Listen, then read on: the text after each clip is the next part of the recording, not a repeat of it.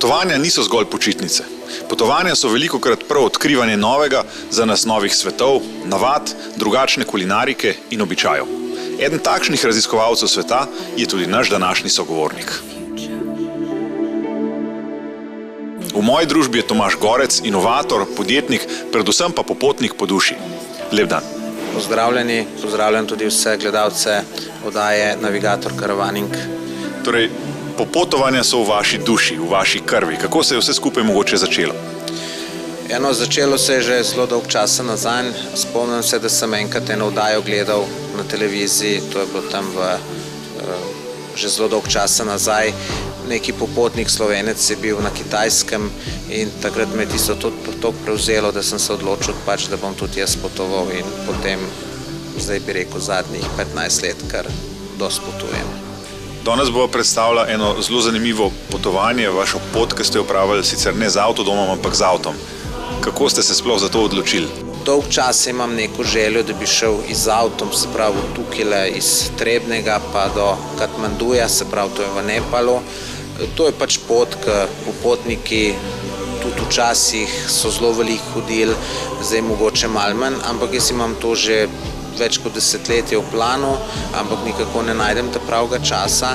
Smo se pa pred parimi leti dogovorili z bratom, sestro in sprav od brata punca še zraven je bila pa od sestre fant, smo se odločili, da pa gremo do Irana z avtom. Se pravi, štartili smo v Trebnjem in smo šli tam nekje do sredine Irana smo prišli. Tako da je bil to en del te poti, ki sem se jo itak zmeraj želel, tako smo se to odločili. Kaj se vam je vse zgodilo na poti?